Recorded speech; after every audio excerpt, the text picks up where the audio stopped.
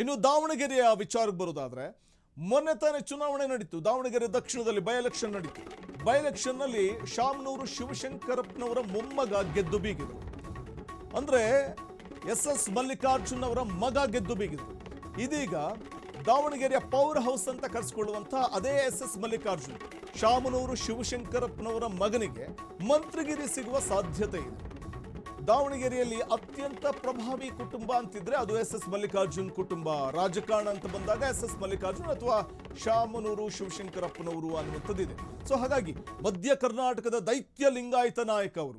So ಅವರನ್ನ ಸೆಳಿಬೇಕು ಅಂತಂದಾಗ so ಖಂಡಿತವಾಗ್ಲೂ ಆ ಭಾಗದಲ್ಲಿ ಲಿಂಗಾಯತ ಮತಗಳನ್ನ ಅಥವಾ ಕಾಂಗ್ರೆಸ್ ಅನ್ನ ಮತ್ತಷ್ಟು ಗಟ್ಟಿ ಮಾಡಲಿಕ್ಕೆ ಈಗಾಗಲೇ ದಾವಣಗೆರೆ ದಕ್ಷಿಣ ಅಂತಂದಾಗ ಅದು ಕಾಂಗ್ರೆಸ್ನ ಭದ್ರಕೋಟೆ ಅನ್ನುವಂಥದ್ದು ಗೊತ್ತಿರುವಂಥ ವಿಚಾರ.